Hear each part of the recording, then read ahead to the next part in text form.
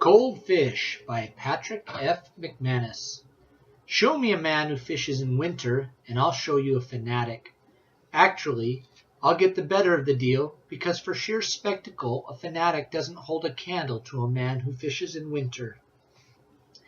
I have often thought that if you could capture a half-dozen winter fishermen and put them in a curious sideshow, you could make a fortune on them.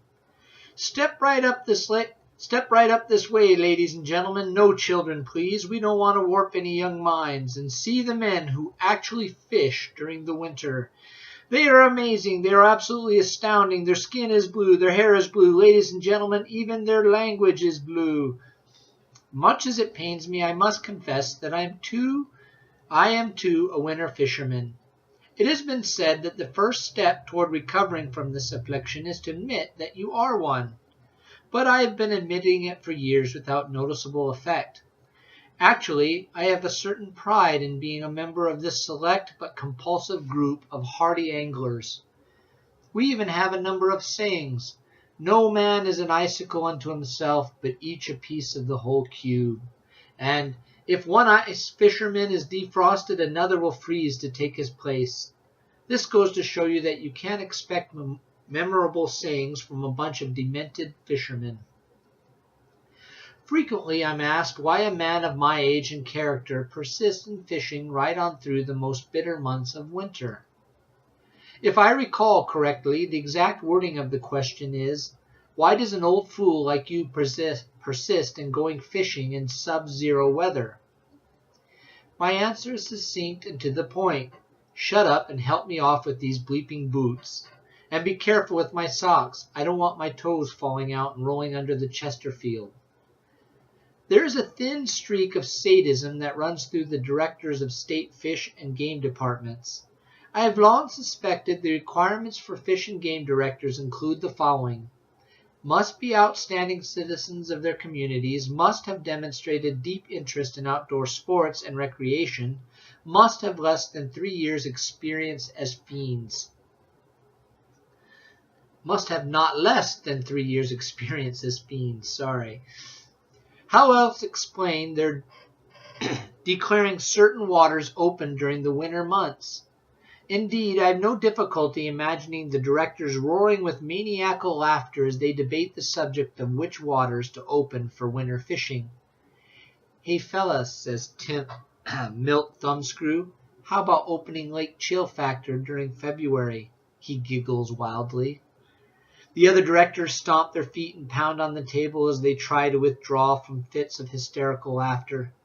Oh dear, that's absolutely great, says Adolf Wrinkle Bun. Can't you just see those poor devils up to their armpits in snow and ice, fighting their way to the lake? He slides from his chair shrieking. And they aren't even out of their cars yet, screams the chairman. Oh, stop, you're killing me. Quick, somebody call for the vote. Now, even though I know that is basically how and why certain water is open for winter fishing, I find the enticement almost impossible to resist. Consider, if you will, a telephone conversation I had with my friend Rhett Sweeney a while back. Speak up, I said.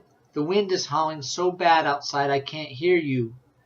I said, Rhett shouted, I tried to get through to you earlier, but the lines were down. I guess the ice got so heavy on them they broke. Anyway, I got this terrible urge to go fishing. Well, that's easily cured, I said. Just go out into your backyard and stand in a bucket of ice water while your wife shovels snow down the back of your neck. I already tried that, but I still got the urge, Rich said. Have you talked to a psychiatrist? As a matter of fact, I did. I ran into Doc Portnoy over at the hospital. He was the one who told me about catching a 5-pound rainbow up on Frigid River. It's open in February, you know. A 5-pounder, did he say what he caught it on? Salmon eggs. That was all I could get out of him before the nurses rushed him into the furnace room in a last-ditch effort to thaw him out. I'll get my gear together and pick you up in half an hour, I said. Actually, it took me a bit longer than I had anticipated. I hadn't figured in the time it would take to stand in a bucket of ice water in the backyard while my wife shoveled snow down the back of my neck. When I was a kid, still in my single-digit years, I got my start in winter fishing under the tutelage of Rancid Crabtree. Rancid was a man who believed in teaching a kid the basics. "You know how to check for thin ice, boy?" he asked me. "Well, what you do is stick one foot way out ahead of you and stomp the ice real hard and listen for it to make a cracking sound. There now, did you hear how the ice cracked when I whomped it? That means it's too thin to hold a man's weight. Now, pull me up out of here and we'll run back to shore and see if we can build a fire before I freezes to death." Our usual practice was simply to hike out onto the frozen surface of the lake or river, chop a hole in the ice, and try to catch some fish before either the hole or we froze over. One year, however, we built ourselves a luxurious fishing shack. It was made of scrap lumber, rusty tin, tar paper, and other equally attractive materials. We put a tiny, airtight heater inside with the stovepipe running out through the roof at a rakish angle. I always expected the stovepipe to set fire to the roof and was not often disappointed. Having the roof catch fire became so much a part of our fishing routine that Rancid would say to me, "Go put the fire out and the roof out, will ya? I think I just had a bite." The truth is, I was always glad for an excuse to step outside of the shack for a breath of fresh air. Rancid was a man who bathed only on leap years, and the previous leap year had escaped his notice. He smelled bad enough wet he could drive a lame badger out of its hole at 40 yards. Sometimes in the warmth of the tiny shack he would actually begin to steam, and that was the worst. I'd sit there hoping the roof would catch fire so I'd have an excuse to step outside. Sometimes when I knew I'd be cooped up in the fishing shack with Rancid for several hours on the following day, I tried to introduce him to the desire to take a bath. "You know what I like to do after a nasty chore like this?" I tell him as we work together at his place. "I like to climb into a nice hot tub of soapy water and soak and scrub and soak and scrub and soak and scrub. Doesn't that sound good?" "Nope, it don't. Now watch what you're doing there. How many times I got to show you how to skin a skunk?" Despite Rancid's aversion to bathing, the days we spent fishing together in the fish shack were among the best I'd ever known. From the darkness of the shack you could peer through the hole in the ice clear down to the bottom of the lake and watch the fish move in to take the bait. And Rancid would tell me all the old stories over again, changing them just enough each time so they always seemed fresh and new. He gave me little fishing tips, too. He said one way to warm up bait maggots was to stick a pinch of them under your lower lip. I said I'd have to try that sometime when the need arose. After 30 years and more, the need has not yet arisen, but it's a good thing to know anyhow. Another interesting thing he told me was about the time he went fishing in winter. It was so cold his line froze right in the middle of a cast. He said it was downright comical the way his line just stuck out in the air, stiff as a wire from the end of his pole. He had to stand his line up against a tall snag and build a little fire near it at the end, close to the fire, to thaw it out. The line just slid down the snag and formed itself into a nice little coil. Rancid knew all kinds of neat fishing lore like that.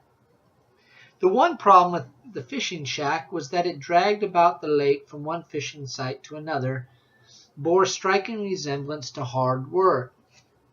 Rancid said that he didn't have anything against hard work in principle, and that if other folks wanted to indulge themselves in it, that was all right with him, and he certainly wouldn't hold it against them. He said that some folks were born with that flaw in their character and just couldn't help themselves. All a decent man could do, he said, was pretend that such folks were just as normal as anybody else, and that they should never be looked down upon or ridiculed or in any way to be feel inferior. Rancid told me that what a normal man did when confronted with a task that bore striking resemblance to hard work was to sit down and try to come up with an idea for avoiding it. That is exactly what Rancid did in regard to the fishing shack. "I got a great idea," he said. "What we're going to do is rig up a sail for the fish shack. We'll let the wind blow the fish shack along the ice, and we'll just follow along behind and steer it whatever way it wants to go." In practically no time at all, Rancid had a tall, slender cedar pole bolted to the front end of the fish shack for a mast. A massive canvas tarp was converted swiftly into a sail. A confusion of booms, lines, and pulleys allowed the sail to be hauled up the mast, in which position its general appearance was not unlike some of the sails on the boats pictured in my geographic book. "Say, it looks just like a Chinese junk," I told Rancid, realizing at once that I'd hurt his feelings. "I don't care if it looks like a whole gol darn Chinese dump," he snapped, "just so it works." Looking back through the corrective lens of time, I now realize that Rancid was one of those men who just can't let a good idea be, but have to keep improving on it, right up to the point where it turns into a catastrophe. I didn't know that back then, of course, and just assumed that what happened was one of those unavoidable mishaps that occurred with surprising regularity while I was in the company of Rancid. Much to my surprise, the sail worked like a charm. The gentle breeze on the lake filled the billowing tarp and moved the little fish shack steadily, if somewhat jerkily, across the wind-burnished surface of the lake.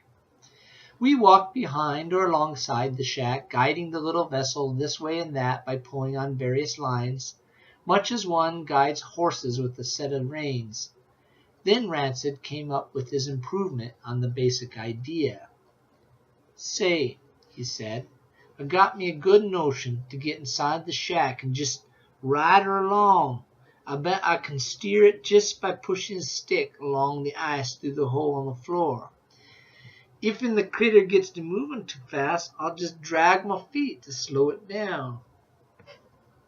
The breeze had fallen off for the moment, so we made fast all the lines, and Rancid climbed into the shack and made himself comfortable.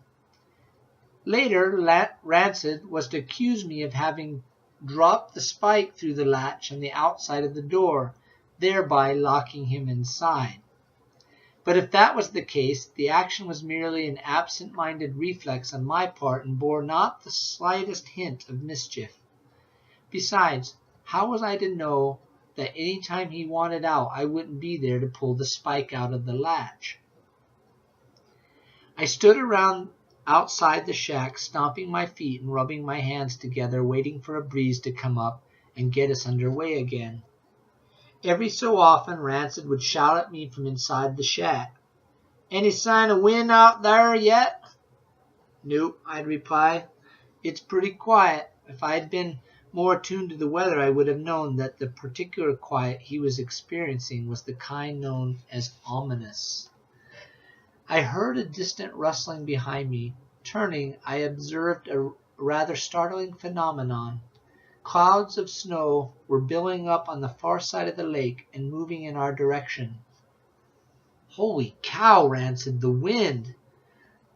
"The wind's coming up, is she? Hot dang, now you're going to see—" He never finished his sentence. As soon as I got to my feet after being knocked down by the first blast of wind, I tried to track the fish shack as best I could. I felt I owed it to Rancid, since by then I had remembered dropping the spike through the latch. Rancid wasn't the person you wanted to have mad at you. For a long ways I could see the skid marks Rancid had made with his boots on the ice. After that I saw some scratches that looked like they'd been made by 2 sets of fingernails. Then there were only the ski marks made by the sled and an occasional board or piece of tin from the fish shack.